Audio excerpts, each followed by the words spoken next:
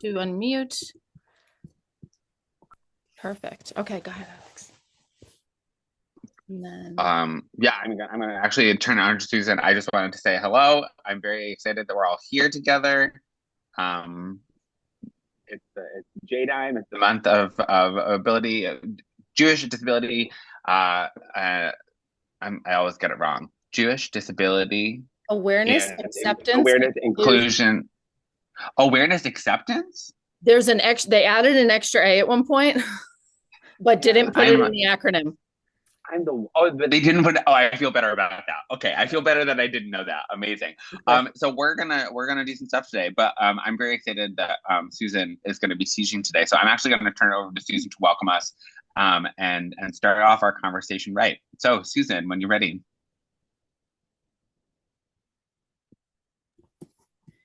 Now, Susan, I've clicked the Ask to Unmute button, so it should give you a little pop-up.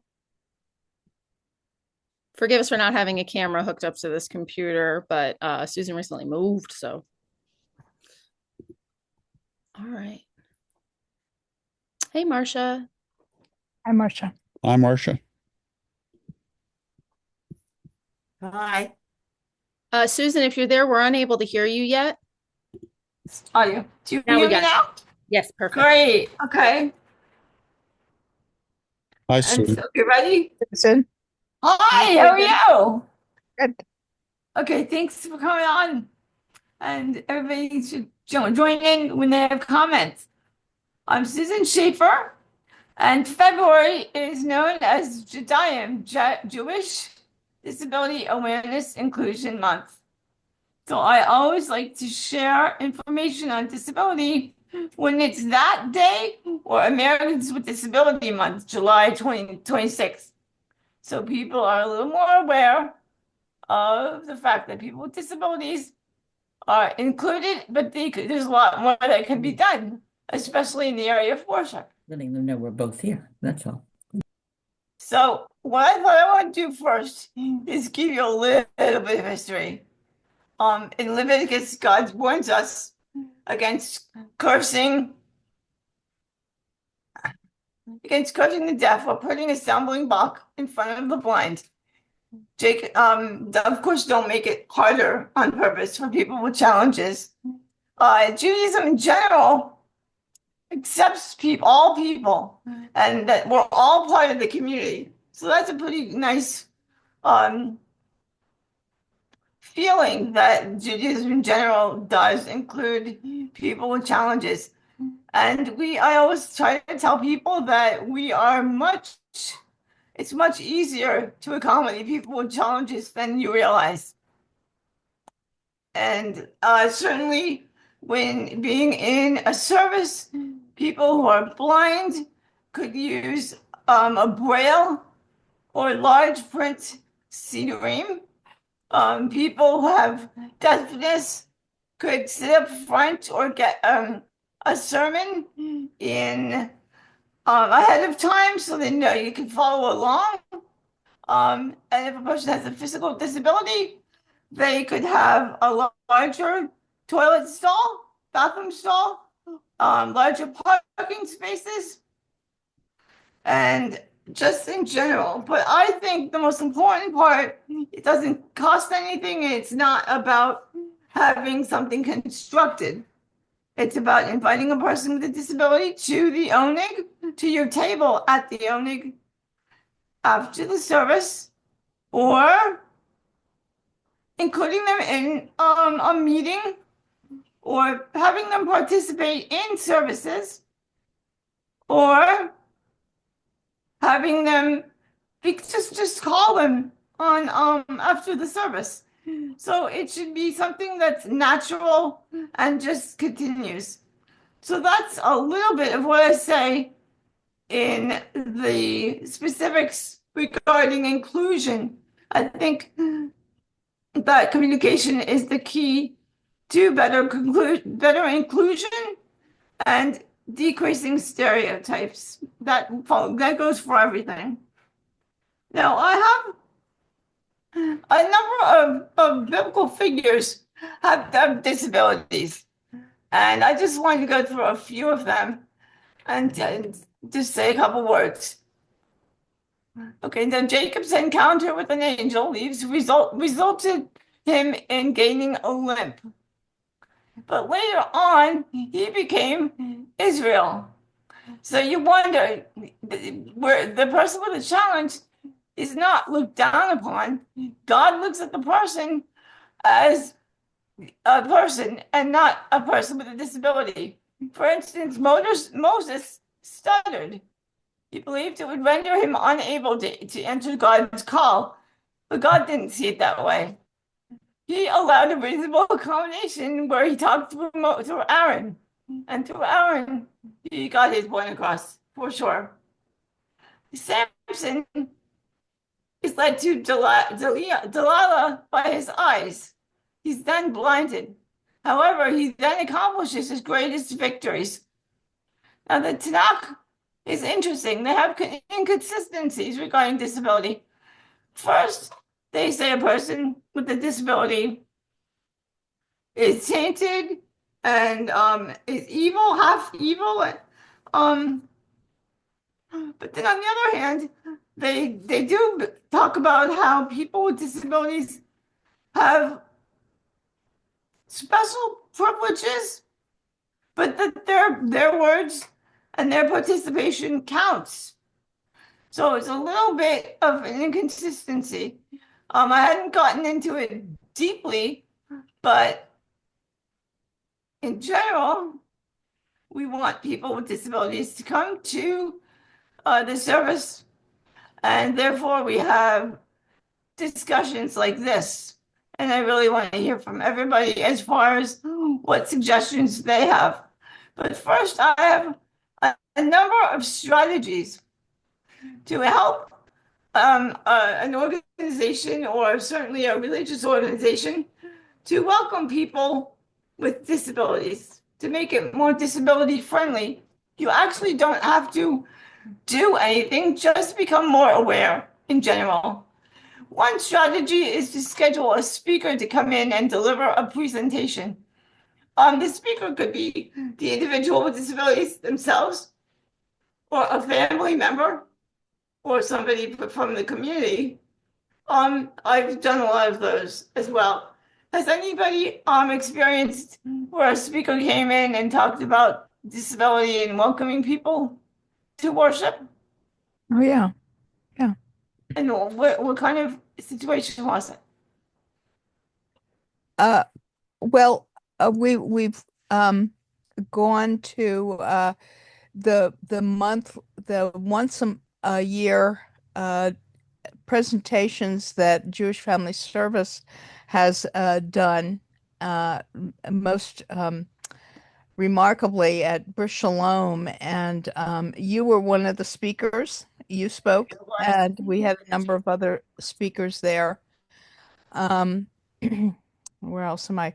I'm thinking my son does it twice a month. He has a workshop that he works with people mostly on the autism spectrum, and does a Zoom workshop where he talks about registering to vote, signing up for medical insurance, that sort of thing, all kinds of useful information that these young people need to struggle through. Having the time to increase awareness is really important. One idea is to consider reaching out to people with disabilities to learn more. And there's a lot of agencies in the area, and independent living centers.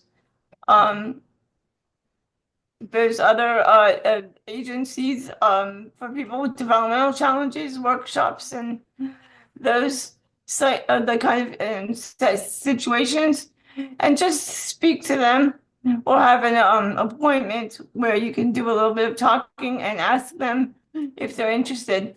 Colleges have the disability coordinator, so that would also be a good location. Hold educational classes on disability. You can do that in the library. I've done a few of them. And I show videos and talk about awareness on all different levels in all different areas, such as employment and socialization. That's really important. Has anybody attended any classes on disability? I did an after-school special program in Lancaster for teenagers, and we had people speaking as well. Broaden their volunteer options for people with disabilities. One way to really involve people with challenges is for them to volunteer. And there's a lot of things they could do. Certainly there's administrative work, putting out with the bulletins or with writing experiences, but there's also the fact that members from the worship, the service, have jobs in the community, so they can always become aware of the people with disabilities that are in the synagogue and kind of match them up and let them work outside the community. In Vanderbilt University has a program called Putting Faith to Work. And that's where they have a little group of people without challenges that meet to discuss the options available in the community. And then they have it like a big party.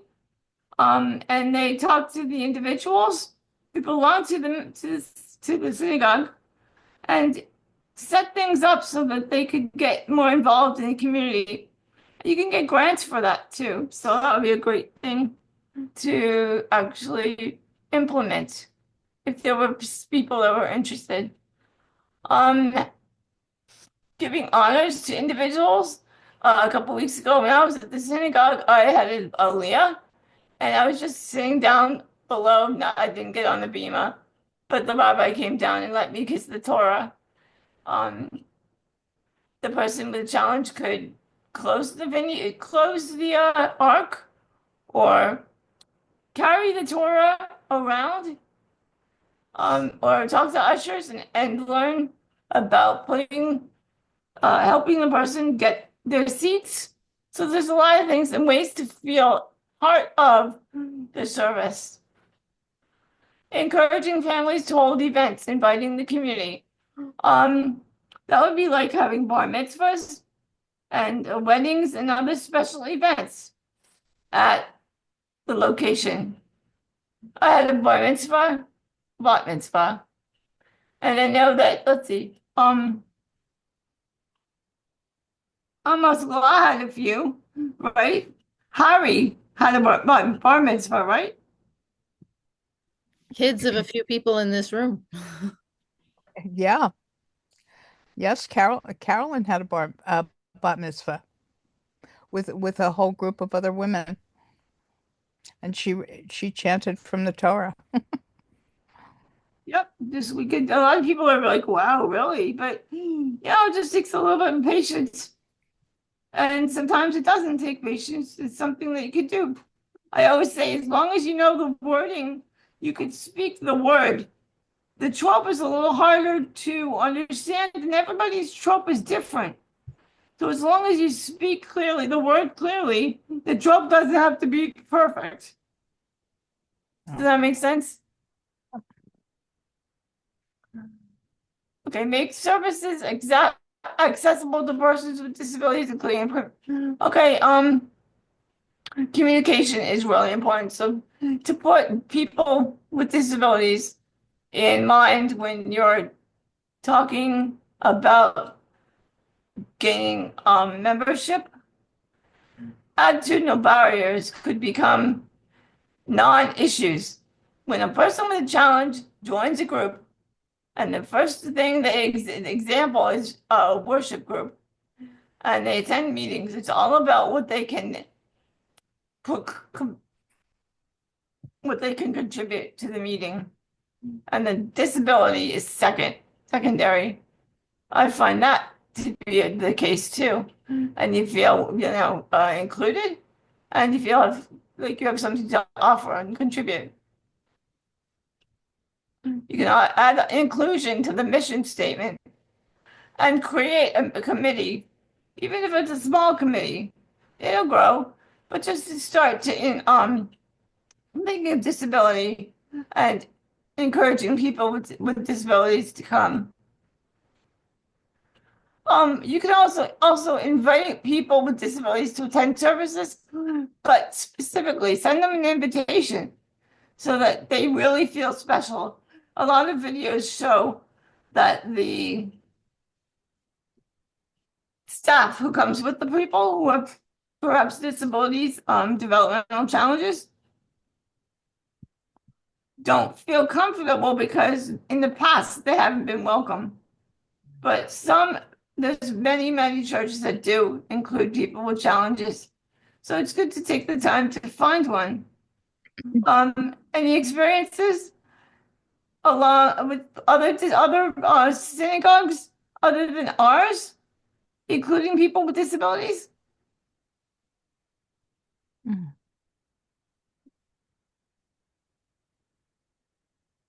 Anybody have gone to other synagogues that had people with challenges? Oh, sure. And did they feel like they were included, or was it like a one-time thing, or was it an ongoing thing? Well, at KI, we used to do services for people with disabilities, and we'd have dinners and then invite numbers of people, and we had a person signing the entire service. And I have to say, because of you, Susan, KI has a real handicapped accessible bathroom. You probably don't remember this, but one time when you and I were at the JCC, I think it was going to a Haskalah service. I followed you to see all the different steps that it took to actually use the bathroom and what kind of facility needs to be had in order to um, accommodate a person with a disability. And I saw how difficult it was. And so at KI, my husband and I were on a committee to actually facilitate this. But we had a bathroom installed that was a real handicapped accessible bathroom with a sink in it. Well, I like the simulation. People send chairs and spend some time wheeling around, but it's not to increase people's pity. It's not to elicit pity. It's just to let them know how it's done. But there's always ways. It's always an answer to a problem that has to do with a disability. So I like it's a double-edged sword. People think, oh my God, how can you do it? It's not like that. It's just figure it out, right? That's what Carolyn did. Just figure it Yeah. out. Yep. So I always like to explain beforehand that it's hard sometimes, but this is not to elicit pity. It's just so you can get a feel for things. Inviting people to go to services. So, writing a monthly column in a bulletin on disability topics. We have the hot call, but we also have our own bulletin as well. So I think once in a while having a caption and an article on disability awareness is important. Now I know that JFS has a lot of activities for the Disability Awareness Month, and they have articles in the newspaper and not call about it. So that's really important. Well, they also have a person who's on staff all the time who actually does programs with people Samantha. with on the autism spectrum. And actually, it's not just people on the autism spectrum. It's all kinds of young adults who need and want to be social, and they do all kinds of activities, go out to dinner and go to games and They're do starting things together. they're starting a family group. They had one years ago, and they're starting that again with a staff member. Great. And where is it again? JFS. Jewish Family Services. Yeah, JFS. It's interesting because there's this person the staff member, Amanda Thomas, is also in charge of the Accessibility and Inclusion Committee, of which 3/4 is in the meeting as well. Right. Right. Amanda. Yeah. And Amanda Thomas. You Yeah. do great stuff. Where is Marcia Timmerman? Marcia Timmerman is actually A lot. responsible for bringing her on to a program that she started. And once Amanda graduated from did her dissertation at Lehigh University, she moved over to, well, I think she was part of what is the program downtown? Downtown. At 13th Street. The SIL, the SIL. Center for Independent Living. Center for Independent Living, right.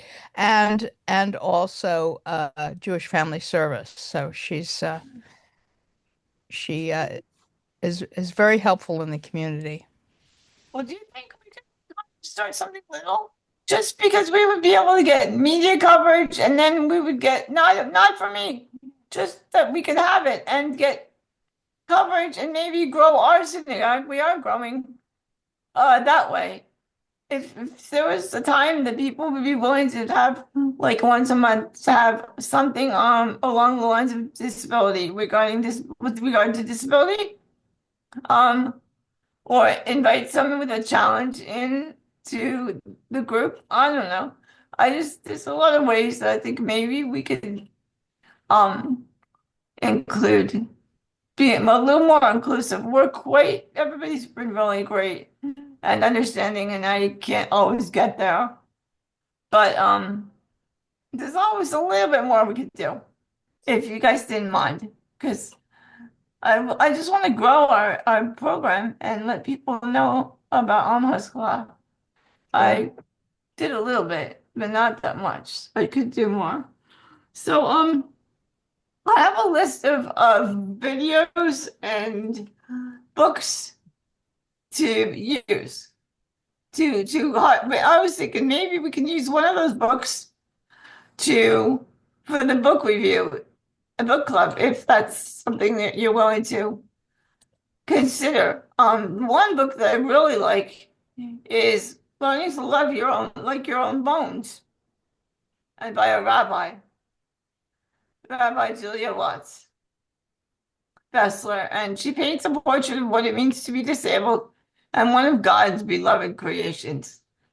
I believe, especially after really doing some deep dive, that God loves people with challenges and wants them to be included and doesn't really chastise them and doesn't want to exclude them. There's all kinds of things in the Tanakh that go both ways. But I believe that it's a positive thing, and God doesn't make mistakes. He has plans. So if you have a disability, it's because you believe that you can handle it. I mean, there's all kinds of accidents and everything, but I still think, does that make sense? Of course. Okay. So I want to plug Rabbi Julia. Rabbi Julia is a wonderful person. I've seen her speak, and I've seen them speak, and they are disabled and do a lot of creative expression and all sorts of things, and show that so many different opportunities are available for folks who are in that category, in any way, shape, or form. Whatever the disability, there is a way to participate, and it's really amazing to watch some of her dance and Wow. activity too.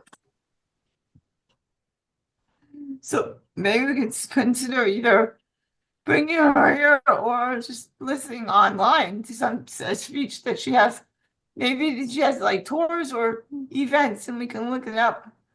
There's also the book Being Human from Judy Human. She's been a big advocate for years and made a lot of differences in the Americans with Disability Act, the law in July 26th of evening out the playing field of people with disabilities And a lot of people think it's just the American Dental Association, even though it's like 25 years old. It was in 1980.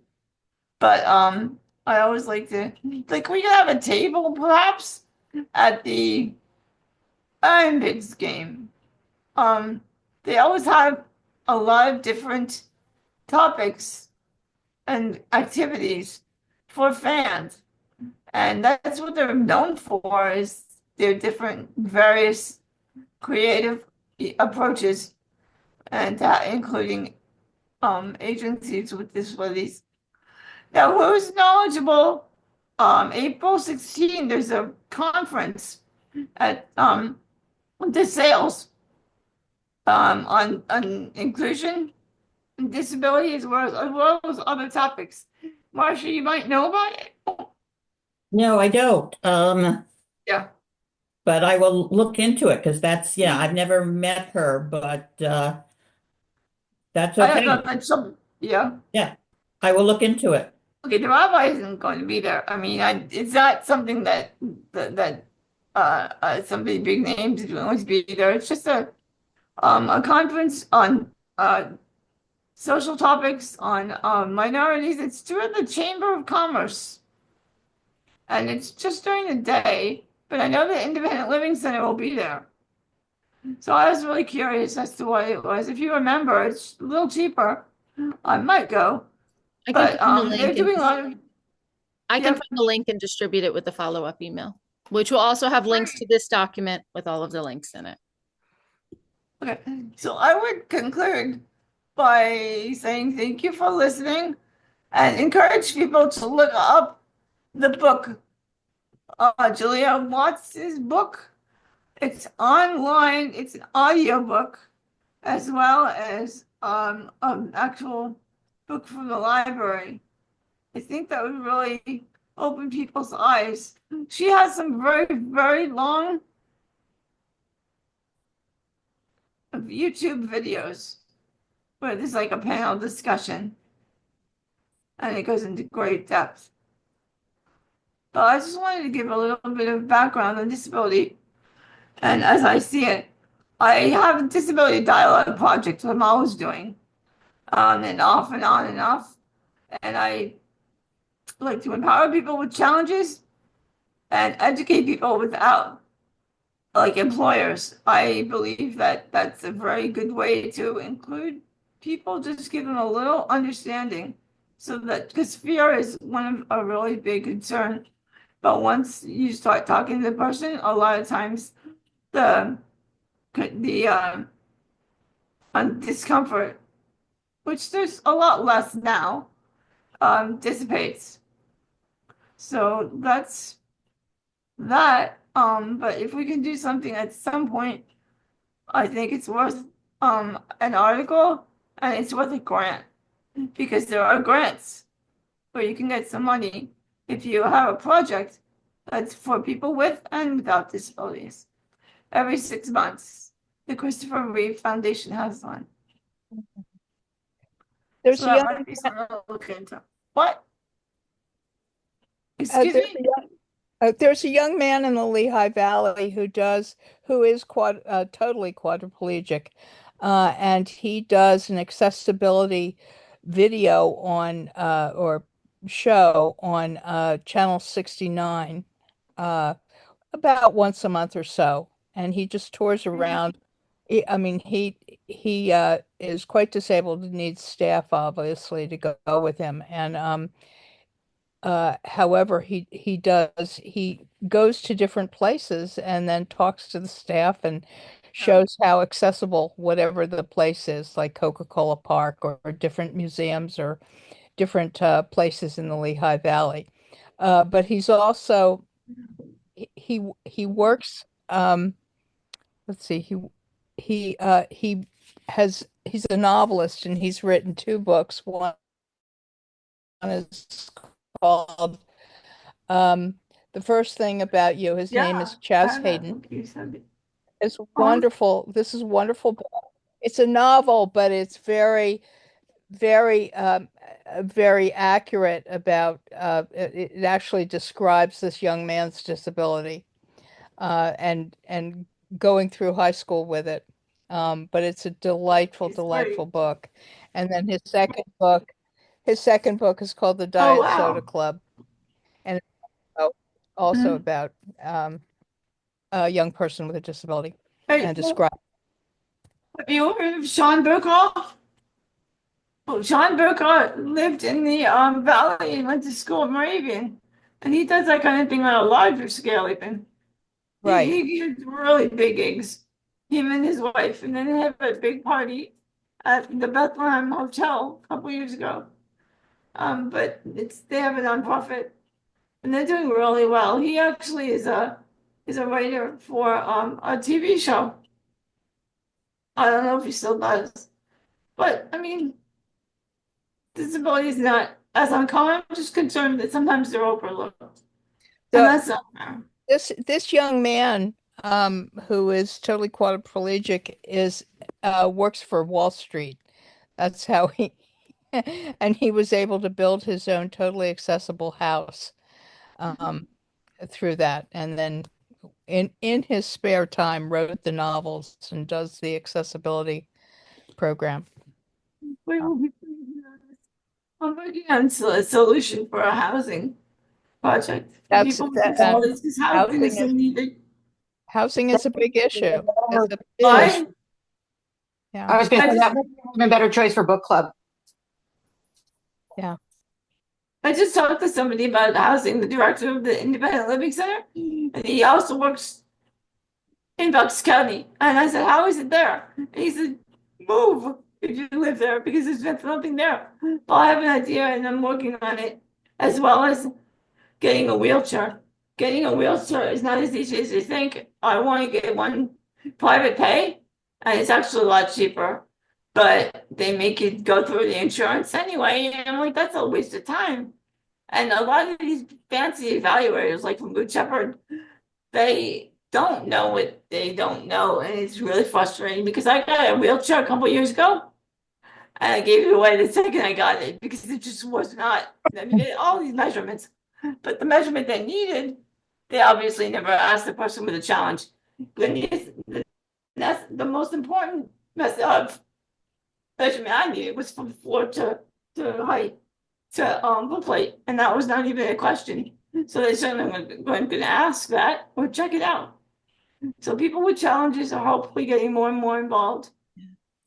So thanks for listening to this component, and I'm interested in listening to the next part. Yeah, Alex has a little bit of Talmud for us, I believe. Yeah, the only thing I would add is thank you, Susan. I really appreciate you bringing all those resources today, and I think it's important to remember that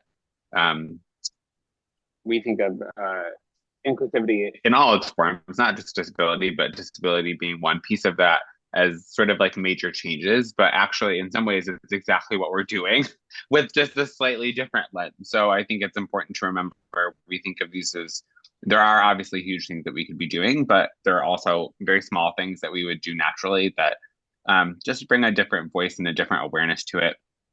I would add a different rabbi who we don't often talk about. Her name is Jess Belasco, and they started. It's called. I'm looking at it now so I don't mess up the name. It is called the Disability Justice Torah Circle. And so if you're interested in doing study, more like long-term study, or they also do Shabbats online and that sort of stuff. So if you're interested, Jess Belasco is a really good resource as well. They were in the Wexner Fellows program a couple classes before me, but doing really interesting work. So I wanted to do a little bit of study today about a specific topic because I thought that it would be interesting to sort of look at the idea of inclusion. I think feels very native to Judaism as we practice it today, but I don't want to make it seem like the rabbis were always so ahead of their time. They weren't. Sometimes they were, sometimes they weren't. I just want to be honest. I want to be fair to kind of the innovations that we're doing, the innovations that we're making. And frankly, that's not always true. So particularly if we look at something like Leviticus, for example, in order Yeah. to be a priest, they had some very specific rules about how your body, what state your body was supposed to be in, which certainly did not make it possible for people with disabilities to act as priests. If you're familiar with Rabbi Lauren Tuckman, who is a blind rabbi who came out of JTS, she's done a lot of work on that. And historically speaking, actually blindness is probably one of the best represented and probably one of the places where we see the most sort of what does Judaism do with disability in history? We have many, many famous rabbis throughout history who were blind. There's even a French rabbi that I'm going to forget his name, but his first name was Isaac. That I do remember. Rabbi Isaac. I forget the rest of his name, but the translation of it is who has much light, which was a little bit of a euphemism, obviously, because he was blind, so he didn't have much light in a literal sense. But this idea of tying blindness to actually a state of enlightenment in some way, which is very interesting. And so on that sort of topic, what I want to focus on today, as Liz said, is this is a piece of Talmud that I actually got to do a little bit of a deep dive in last year. And so just as to let you know how we're going to go through it, we're going to look at the Mishnah, which is sort of the original piece, the oldest piece that they're looking at, and then they have a discussion about it.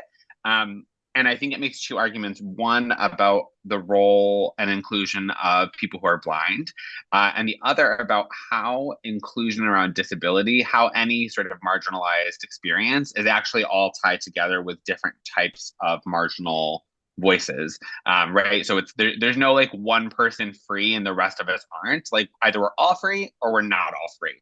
And I think that in some ways this piece of Talmud brings this out. So it's the way I've set it up. It really goes piece by piece, and we'll go through. As we're going through, I invite you to stop me, ask questions, push back. Give it a thumbs up if you would like. Thank you, Sagi Nahor. Thank you. So I'm gonna start the slideshow, or actually I can't do that. I have to share my screen and then I can do the slideshow. One day I'll get it, y'all. One day I'll get it. Okay, great. So slideshow, play from the start. Okay, great. So this is from the section of Talmud called Menachot.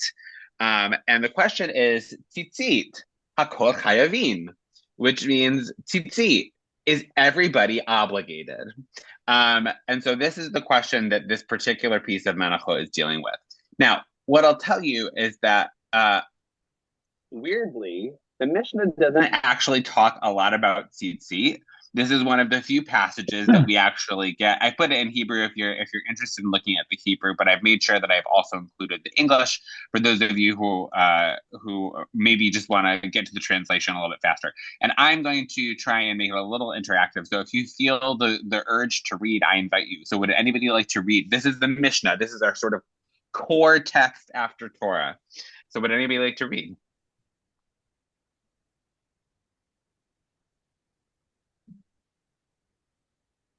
I'll start. Oh my goodness! Great. Thank you so much. I'll start reading. Thank you. The blue thread, the techelet, does not invalidate the white thread, and the white thread does not invalidate the blue thread. You can fulfill the mitzvah with only white if you don't have the techelet. Tefillin for the arm does not invalidate the tefillin for the head, and the tefillin for the head does not invalidate the tefillin for the arm. Great. Thank you so much. I appreciate that, Barb. All right. So what are our questions? Because this is already confusing, frankly. Right. Sure. Are we familiar with what we mean by techelet? I see some people saying yes and some people saying no. So somebody who said yes, help us out. What do they mean by techelet?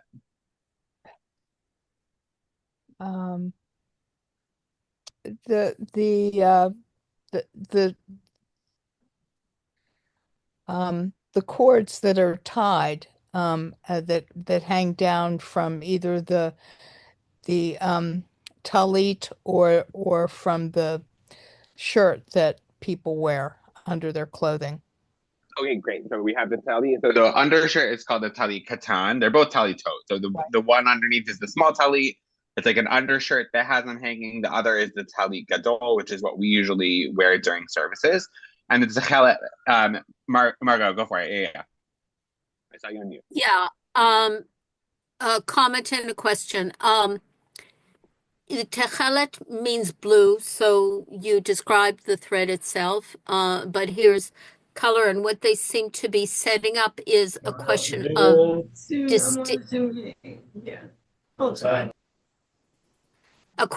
distinguishing between one thing and another, and that if you have one thing, it doesn't invalidate the other thing. Yeah. So, And what was the so question? right there, you have a sense of inclusion of things, if not people being spoken of right now. Oh, interesting. Okay, that's a really nice read. I don't know that they would pull that out, but that's a very nice read. No, Yeah. probably not. Probably not, but I do like that read. Yeah, so techelet is in traditional Judaism, you will still see it. Some people do include a blue thread in their tzitzit. But at one point it was understood that you were supposed to include this techelet in the strings of your tzitzit. And it was theoretically the ink of this that was used to dye it was made of this very particular snail that created this like beautiful skyish blue purple color, which was supposed to do with royalty. It's actually a very cool color symbolism story. But the idea is that you would include this. And so the question is, at some point, much like many things in Judaism, they didn't know what the snail was anymore, right? So it's sort of like the same thing with locusts, right? You actually are able to eat some types of locusts. It's not against kashrut, but we don't know which ones they are because the translation is lost. And so it becomes sort of a matter of tradition. And so in this case, they're saying, if you don't have the blue thread, it's cool. You can still, it doesn't invalidate you doing tzitzit. Same thing for the tefillin. If you have the head tefillin or the arm tefillin, it doesn't cancel each other out. They're different things. Okay. Okay, great. So this is our Mishnah text. This is the only text that we have on this practice, or one of the very, very few texts that we have on this practice. And so the Gemara, which comes later, comes in with a question or with this story. And it's story in a very loose sense. A baraita is actually sort of it's a law position that's happening at the same time, but it's not quite in the Talmud, but it gets brought in later. So can somebody read for us? I can go. Great. It is taught in a baraita. All are obligated in tzitzit, Kohanim, Levites, and Israelites, or 9 priests, converts, women, and slaves. Rabbi Shimon exempts women from the mitzvah of tzitzit because it is a positive time-bound mitzvah, and women are exempt from all positive time-bound mitzvot. All right, so let's talk. Let's gossip about the patriarchy for a moment. We obviously this is not a great thing, but in theory, what the Gemara is saying is that it's taught, and when it says that it's taught in a baraita, and we don't actually know who says it, it's assumed that this is generally the position of the community, right? So if we have an unnamed argument, this is the opinion of the community. So in this particular opinion, in the first one, who is obligated? All men. Pause. The first one in the original argument. You've already gone to the interpretation. Oh. Everybody. Everybody, which is not our practice. Wilmer, you're absolutely right? But this is very odd, right? So it's taught that everybody is obligated in this particular mitzvah, Kohanim and Levites and Israelites and converts and women and slaves. Okay. So I teach this in part. So this is the part where it's like, if one of us is free, but we're not all free, then nobody's free sort of situation. So Rabbi Shimon comes in and says, actually, women don't have to do this because they are exempt from all positive time-bound commitments. So to really shorthand that, right, anything that is a don't do it, a low to say, right, don't do this, everybody's obligated regardless. So don't eat pork. That is an everybody thing, right? But if it's a mitzvah that you do at a particular time of the day, then women do not have to do this, is Rabbi Shimon's position. Now, this is a really, really weird moment because remember I said that if it doesn't mention who says it, it's a majority opinion. Great. So women not being able to do this is a minority opinion that we adopted as the majority opinion. So just pointing that out as a fun little thing.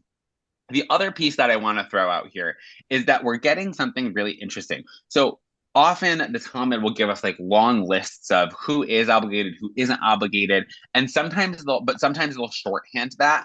And women are often sort of grouped in, or they stand in for a different symbol. They stand in for a different thing. So it's not just women, but anybody who sort of falls into that category. So can you think of who might fall into that category of women, right? They're Jewish, we're not worried about that, but they aren't obligated. Who do you think? Children. Children. Perfect. This is a very, very good example. Children are often the sort of the piece that gets sort of snuck in there of like women, but also children or minors, right? People who don't understand the mitzvah. And often, this is not nice, but it is true, that often gets included in here. They use different words that are frankly pretty offensive, right? But they'll use words like, essentially it means people who are not of sound mind. And so that can obviously mean a lot of different things, but generally speaking, that falls into things like they'll use like an imbecile or something like that. It's not a nice thing, but it's a legal term that they're using to sort of think about these things together. Yeah, go ahead, Margot. Yeah, thank you. But the reasoning would be different, even though the result is the same. So how often should we really make a move to be conscious of the reason why something is done, even if we don't necessarily like the result, because reason is also context. I need a couple more sentences. I'm not sure I understand what I want to understand, and I'm not sure that I am Okay, yet. well, the women would be time bound because of their particular responsibilities. A child or a person who they don't think has the cognitive capacity would be exempt for other reasons, even though it ends up being exempt. And to me, the reason does make a difference in any aspect of life, whether it's Jewish or non-Jewish life, even though we don't necessarily like it on the surface. If we just take things without explanation, it's Maybe, but they're actually all the same capacity.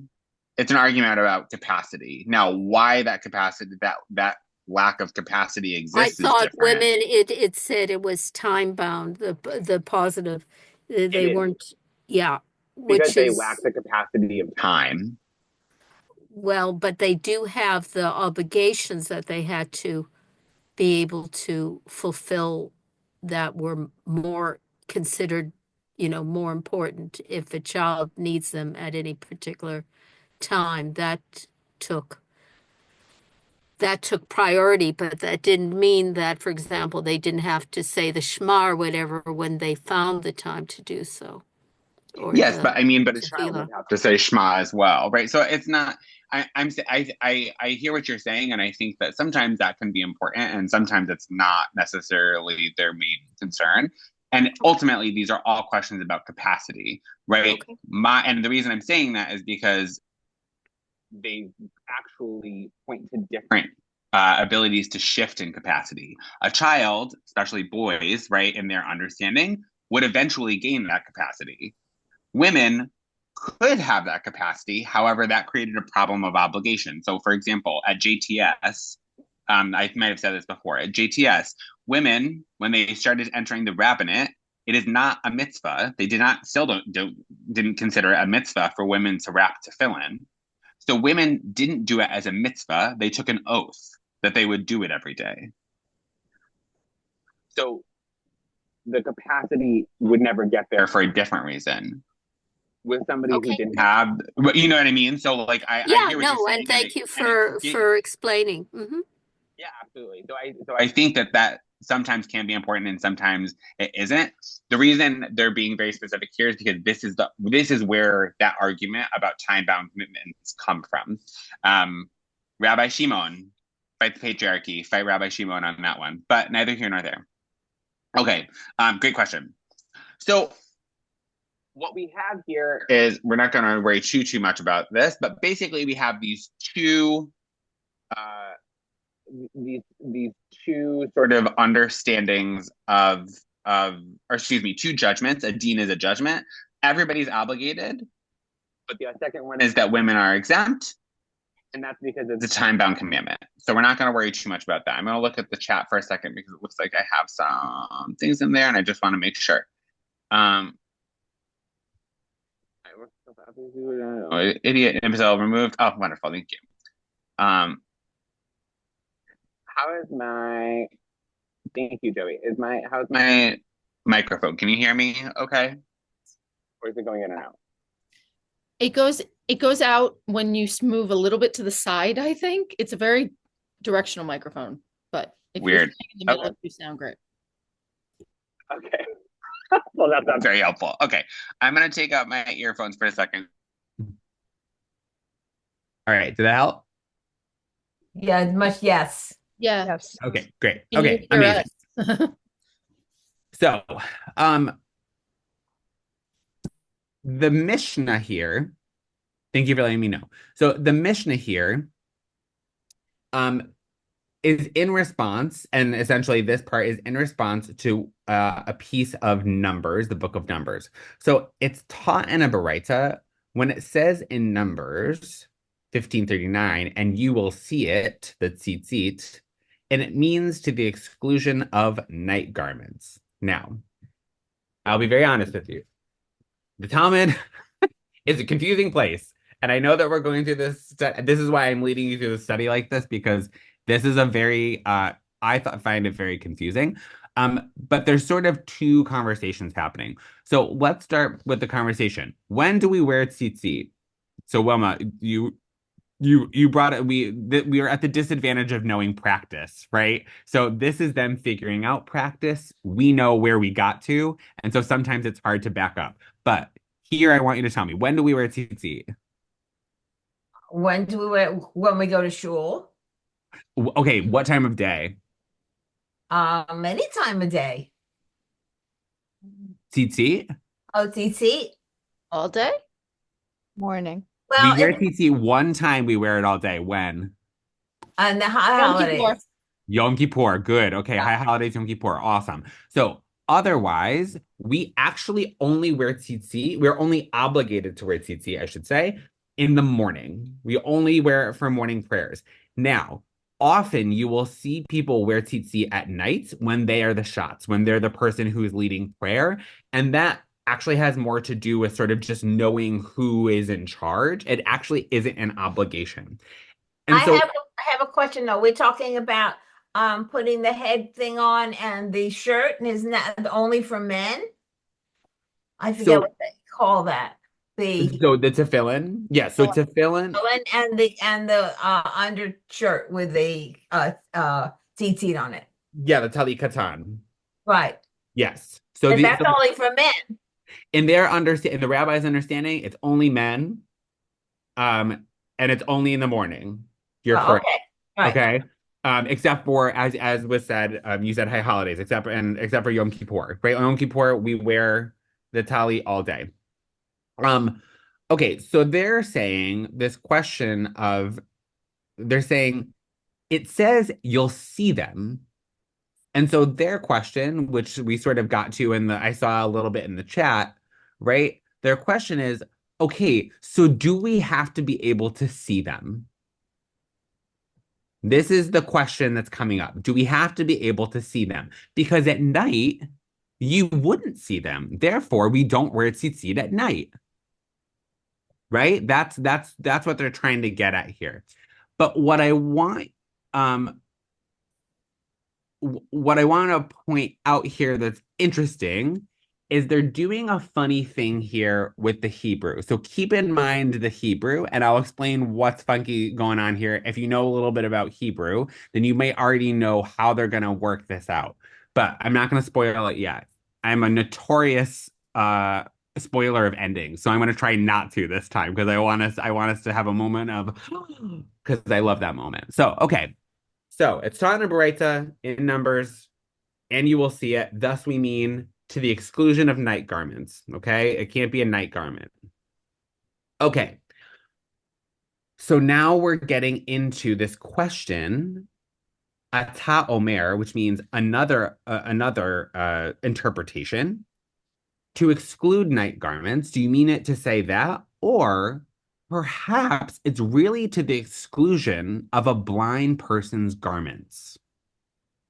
Okay, so they've actually created a totally different interpretation. So is this a question of we don't wear it at a certain time of day? Or is it that a blind person is unable to wear tzitzit because we say see them?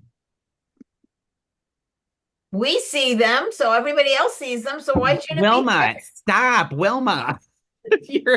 You're spoiling the ending, not me. But thank you. You're a genius. I love it. Makes my job easy. Margot, go ahead. Yeah, I'm trying to remember back around 3 or 4 slides when we started with the thing about the techelet and the white ones, and that one is not to the exclusion of the other. So if a person is blind and cannot distinguish, then in essence they're all white, even though they know they're blue. So why would they be exempt unless they're being arbitrary about it?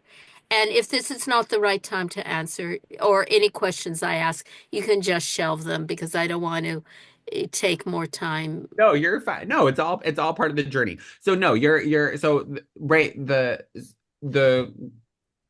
because the rabbis are saying it doesn't matter if there's tekelet or not, right?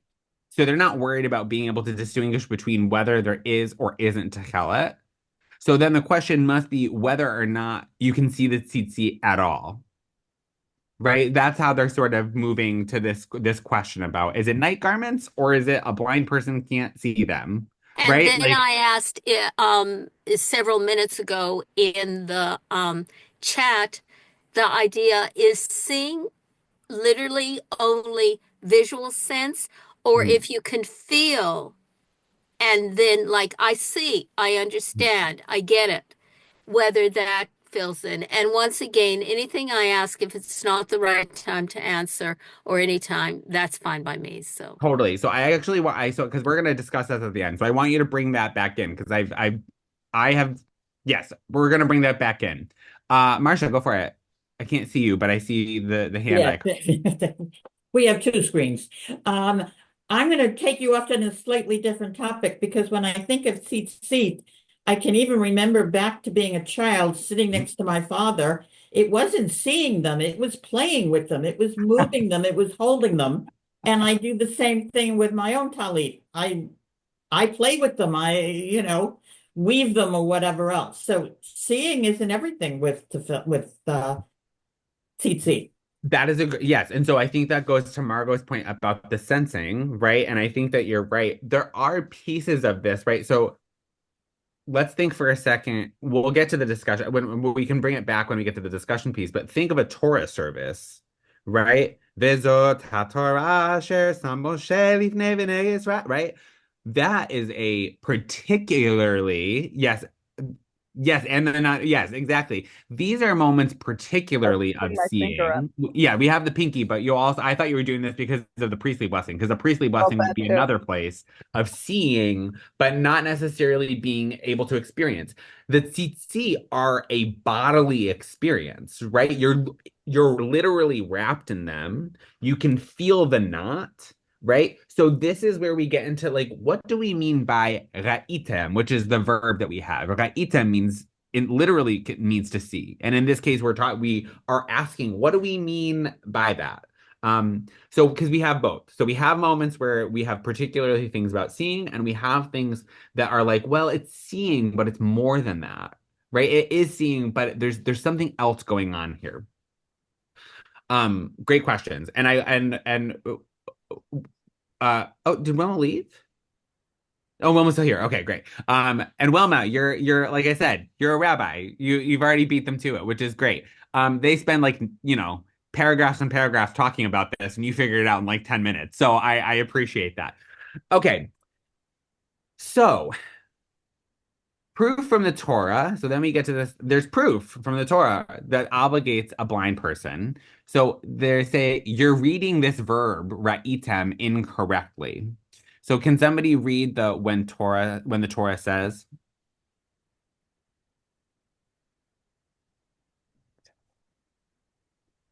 When the Torah says, you shall make tassels on the four corners of the garment which covers you, Deuteronomy 22:12. Behold, this is the garment of a blind person.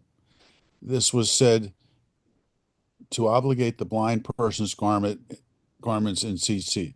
Okay, great. So this is saying, because it says this thing, asher tikaseba, you're gonna make tassels on the four corners, right, of garments, generally speaking. Thus, of course, you're going to make them on the garments of a blind person. It doesn't say that the blind person has to make them. It says that they have to wear garments that have tassels on them, right? And we know that because that's exactly what it says in Deuteronomy 22:12. Does that feel like make sense? Or we're like, yeah, I'm behind that. Maybe, sure. You're like, yeah, sure, why not, Alex? I'll go with that. They're like, you're leading this, so we'll just say yes and hope that you finish up quickly. Go ahead, Rachel. No, I just said absolutely. Okay, great, amazing. Love that. I love that you're along for the ride on this one. Great. Okay. So ma ani makayem. So we get this, it's an inclusio, like it's going back. So it's saying we have this like proof about making them, but we go back.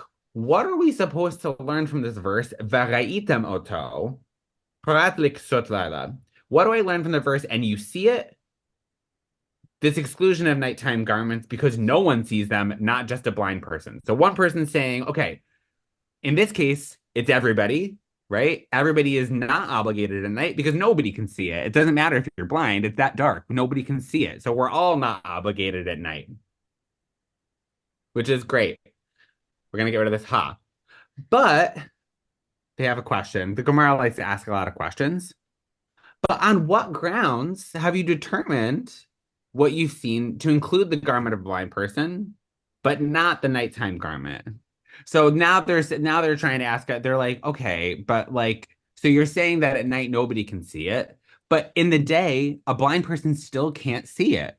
So what's your beef, y'all? You're not being consistent. The rabbis like to say you're not being consistent a lot.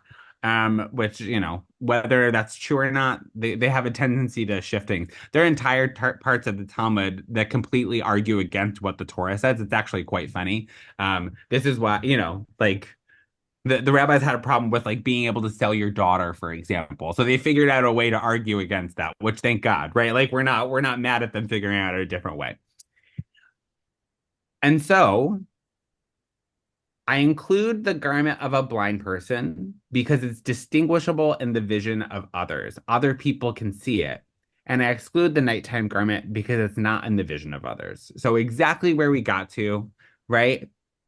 I include this garment of a blind person because we see it. Vera'item oto, right? They see them. They see these tzitzi, and therefore the blind are included in this. And so I really love this piece. I'm going to escape for a second. Not that. Stop the share. I really love this piece of Talmud, in part because it's complicated, certainly, and interesting and fun, but also because I think that it has a lot to say about what is our responsibility, right? In terms of like what does our responsibility and inclusion look like? Um, if we see them, sorry, the TT, but we also see the blind person, which would say that we need to include them. Yeah, absolutely, right? This is a perfect example, sort of like Minion, right? Like this means that wearing tzitzit, rather than being an individual thing, is actually a collective mitzvah, right? We're all actually, and not just a blind person, we're actually all seeing each other's tzitzit, which I really love because I used to have a teacher who would say, if you want to know how religious someone is, see what they do alone. Which I always really appreciated. This idea of like, yeah, it's all well and good, right, to do stuff in public when we are with people. But what do you do when you're alone? But in Judaism, we really uplift this idea of what you do with other people. We actually obligate being with other people in order to fulfill. We don't say certain prayers without a minyan, right? We get people off the street if we have to in order to say Kaddish, right? We do all of these really beautiful collective things. And so I love this example in order to think through that. So now I do want to bring it to discussion because I think you were asking really great questions of like, well, how are we supposed to interpret things like roe, which means see, um, in this thing where we might actually be able to do new and interesting interpretations if we get beyond a literal reading of this. And I bring this up in part, and then I'm going to stop talking because I want to hear what you have to say. I bring this up because there's a really great example in a different part that talks about miracles and the blessing you're supposed to say when you come to a place where a miracle happened. And so if you do, right, it talks about haroe, the one who sees a place where a miracle happened should say a blessing over that place. And if it happened to their father, their ancestor, their whatever, then they should say haroe, the one who sees it, should say the blessing, thank goodness that this place, a miracle happened to my father in this place, da da da da, essentially, because otherwise I wouldn't be here, right?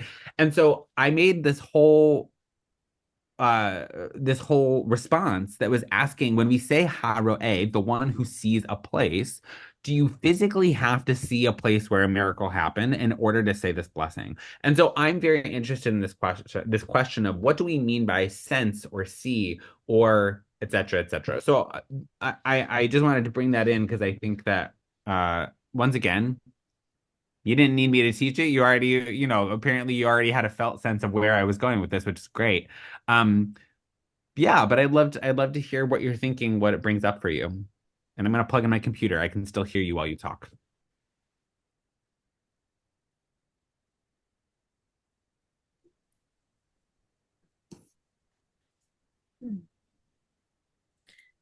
It reminds me when there was when you were bringing up how it all in everything is involved with us together, and my seeing is, or my wearing tzitzit is your seeing, and it all comes together. Wasn't there a prohibition for, it was the appearance of breaking a mitzvot? Like if there was a prohibition on leather and you wore fake leather shoes, because it would give someone else the impression that you were not abiding by your mitzvot. Yes, so there's a couple different ways that comes in. There's the fence around the Torah, which is how we often think, right? This is why we don't eat, part of why we don't eat chicken with milk, right? Because lest somebody think that it's not chicken and that we're eating meat. So that's one piece. Another, and this often comes up in rabbinic ethics, is marat ein, right? So like the bitterness of the eye is how it's literally translated. But this idea of if I see you doing something, it might make me think that you're not following. So yeah, so that comes up in multiple ways. So if you had a person who was blind and not wearing tzitzit because they couldn't see them, someone would think either they weren't Jewish or they weren't abiding by certain mitzvot. Yeah. Yeah, I mean, could you imagine that somebody was blind and they were at a minyan and they weren't wearing tzitzit and they thought that you wouldn't be counted, and then you didn't say the blessings that you were supposed to because you didn't think you had a minyan. This is how the rabbis are thinking about, right? Like, I mean, we might find that a little bit overly machmir, like it's a little overly specific, right? But this is really how they're thinking about this. These legal questions aren't just like fun thought experiments. They're real challenges for them in thinking about how do we build a community that God wants us to build, and they mean that very literally.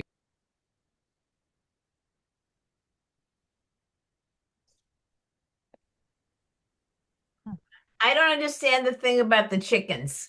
You said there's a fence around the chickens to make sure they're not meat. I don't understand. Fence around the Torah. Fence around the Torah. So it's when fence around the Torah is the idea that you create a stricter law so that you don't actually break the law that really exists, right? So the law is you can't eat is really that you shouldn't be eating red meat with milk, right? But because people might get confused and think that you're eating unclean meat with milk or otherwise, you just shouldn't eat them together. Chickens as well is what you're saying, right? Yeah, so because chickens don't produce milk, so it's a logical fallacy. There's no chicken that produces milk, so you can't literally boil a chicken in its mother's milk because that doesn't exist. So they put a fence around the Torah. It's a stricter, so another example would be considering something muktzeh. So muktzeh is the idea that somebody who is traditionally Shabbat observant, they don't even touch electronics, right? So there's no law that says you can't move electronics in your house. If you've ever been, or if you've been for Pesach, right? You put like a blech, or you put tin foil on things so you don't touch the knob. You don't have to do that, but lest you forget and break the actual rule, we created a stricter rule for you. It's one way to live. It's not the way I want to live, but if it helps you, by all means. There's a lot of tinfoil, in my opinion, but thank you for laughing at that one. I crack up every time. I mean, I get it, but I crack up every time when I get like kosher stuff for Passover, and like it comes and it's like 19 layers of plastic. It cracks me up every time. Anyway. One interesting comment, blindness is something that one could relatively easy define. When you're talking about other types of disabilities, how do you define when that person is disabled versus quote unquote normal?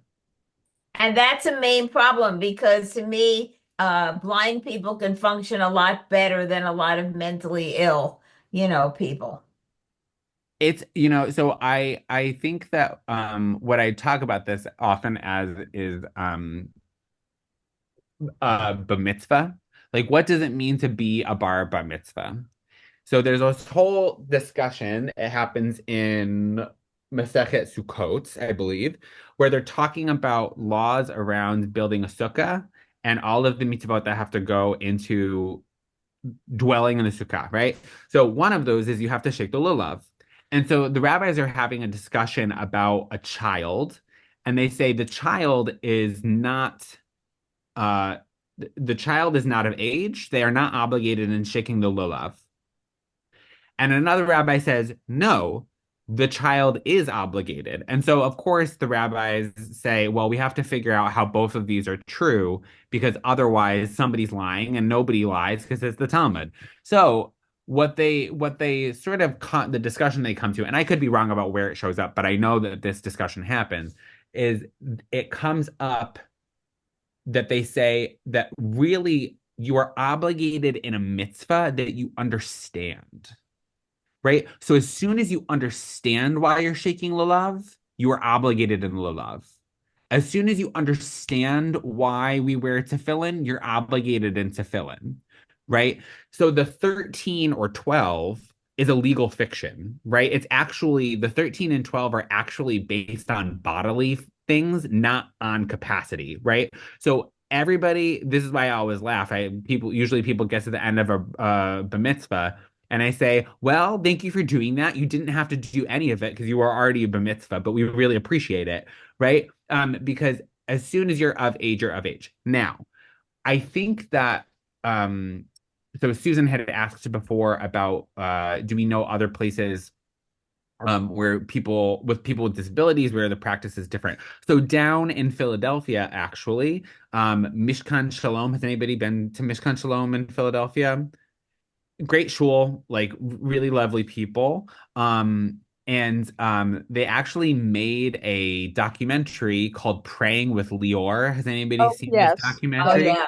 Okay, so Lior, the man Lior, who's now a man, not a child anymore, Lior is a member of that temple with his family, right? And so he actually did it I believe he might have been like a year or two older, but he did it like at the time when you would normally do bar mitzvah. But I think that one thing comes down to this idea of we have to separate between wholesale, somebody's obligated and somebody's not. Right, is one interpretation that I have, right? I can't actually say at 13 young child, you are obligated regardless. I don't think that that's actually helpful. Whether you are neurotypical or neurodivergent, I don't think that that actually works. I think that we have to think about these things in terms of, do you understand why you're doing what we're doing, right? Which newsflash for those, I'm sure y'all know this well enough. I try to tell my reform colleagues a lot, was the whole point of informed choice, right? You learn the thing so that you can decide whether or not you're going to do it, right? Which is why you don't get in trouble if you don't do a mitzvah that you didn't do because you didn't know that it existed, right? And so I think that's one way we go about shifting that mentality, right?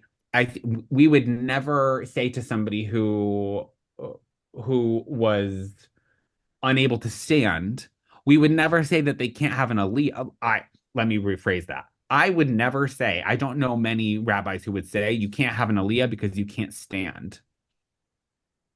It's all over our tradition that we say if you can't do something, then we figure out a different way. You can eat on Yom Kippur if you have to take a pill, right? So why can't we make shifts in those ways? Is my understanding of it. I'm also a really nice person. So Barb, yeah, please go ahead. Well, actually, Haskalah, under the auspices of Rabbi Melissa Klein Malkadbina, and my family facilitated that movie at the JCC, and it was wonderful. We had a full crowd there. Only three Jewish people, but a full crowd. There were people from, all different, all different kinds of people with disabilities who came to see the movie. And I think it was Eva Levitt and somebody else and I were standing there talking about. I don't know. I don't know why people refuse to come to it, but it was an interesting experience, and the movie is wonderful. Sure, I've seen the movie. I've shown it to It's great. It's students. great. And Lior is like the sweetest guy. He like Yeah. drums for all of their services. So I like went down there. He was just chilling on the bongos. And I was talking, my friend was the or is the, I should say, intern there. So I've been there quite a few times. And every time I see, I'm like, hey Lior. He's like a really nice guy. And so that's awesome. That's super awesome. His mother was also a rabbi at Haskalah. Oh, really? Deborah? Yes. I didn't realize that. Oh, Time ago. so Yeah. he was divorced child. I didn't realize that. Oh, Zichron Libracha. Okay. Wow. Okay, it's a small Jewish world, isn't it? Yeah. That's amazing. Yeah. Well, and like the thing is, I think people refuse to come to these things because I'm sure people would have refused to come to, for example, Lauren Tuckman's ordination. It's because until somebody does the thing, right? People feel this need to say, you can't. No, you can't. You can't do this thing. You don't understand. And then somebody does it. And suddenly oh, well, I mean, I guess maybe you can do this thing. Um, Lauren Tuckman is amazing. Really inspiring and brilliant. Um, and so, it's like a funny thing of sometimes I guess I'm hopeful that really the thing that separates whether or not we can do these things or whether we can sometimes even if we can reconstruct them is like we actually need somebody to be the example, right? And sometimes that's you and sometimes that's somebody else and sometimes we have a much longer, right? Even me saying we would never say to somebody who can't stand, right? Or we would never stop someone who is blind from, right? Like is a privilege of our time period. It's a privilege of having lots of examples of people who have done these things and said, well, that person did it, so why can't we do it? And so hopefully uh that will only become more so. Um, and I this is part of why I teach the first part of that section of Talmud, the thing about Rabbi Shimon saying that women are exempt from positive time-bound commitments, and the fact that that is a minority opinion, particularly perhaps in this time period. I think it's important to remember, like, sometimes detractors are loud, but there's actually not as many as you think. Sometimes they just have a loud voice. And so thinking about how we sort of we put strictures on things that don't actually have to be there. And so what does that mean? I one thing that I love, I would agree with what Susan said before. I think that Haskalah is a lot more aware of these things than other synagogues that I have worked for. The fact that there are synagogues that you can't get onto the Bima is wild to me, right? That are inaccessible, right? KI has an accessible one. The fact that we're all on the floor, one floor together, means that it is accessible in a way that other places still aren't, which seems wild. And part of that has to do with Susan had talked about Judith. Is it human? Is that how you pronounce it? I think it's human. Is it human? That's Judith why Human?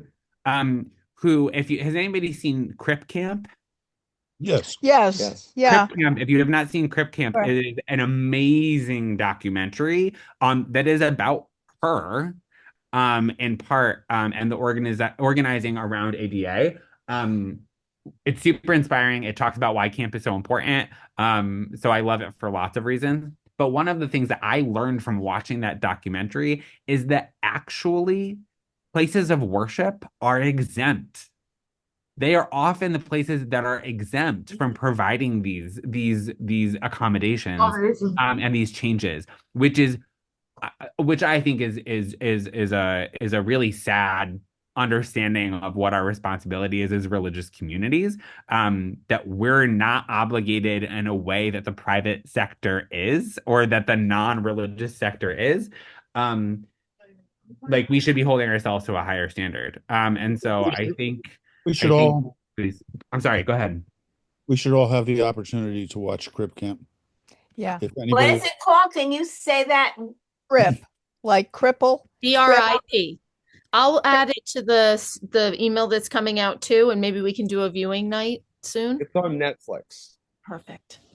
It's great. It's a great movie. It's very funny, very poignant, and it talks about a piece of history that more power to you, right? Like as someone who like I have hearing issues, right? Like we talk about all types of disability, but right, even Joey brought up this idea of like disability looks different. It means different things depending on who you are. It's not always visible.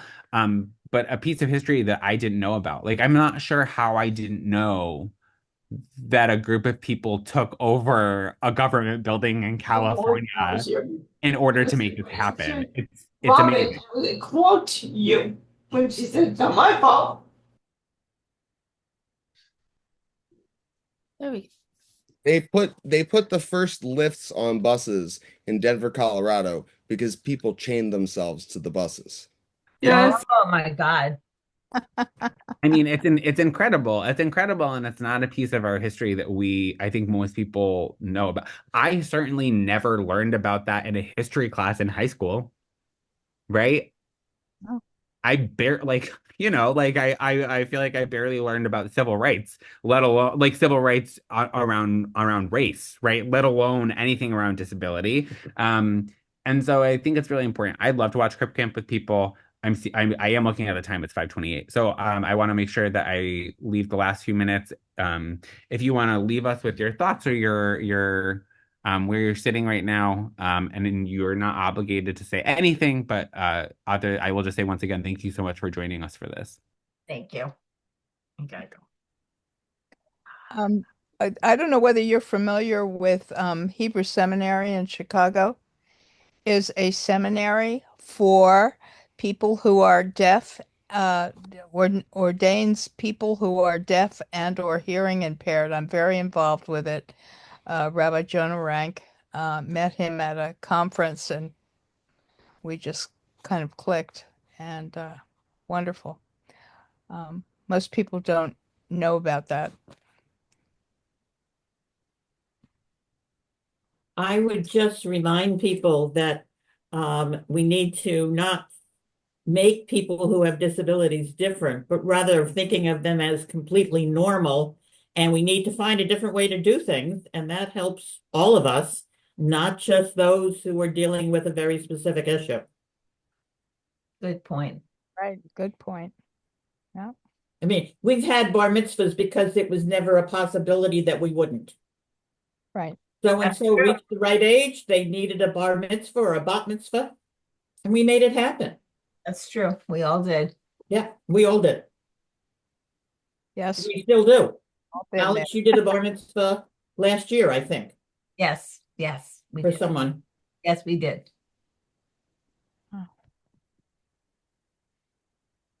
Absolutely. It just needs to happen. Yeah. I agree. Wonderful. Thank you. Thank you, Thank you, everyone, for everybody. coming. Very much. There will be a follow-up email with the links, and I wrote down some of the books and movies that we mentioned. I'll try and get links for those in there too. And there'll be the source sheet that Susan used as well. And from me and my co-pilot, thank you so much for joining us today. I really appreciate it. Thank you. Thank you, Susan. Thank you, Alex. And Liz, thank you for facilitating it. Wonderful, wonderful program.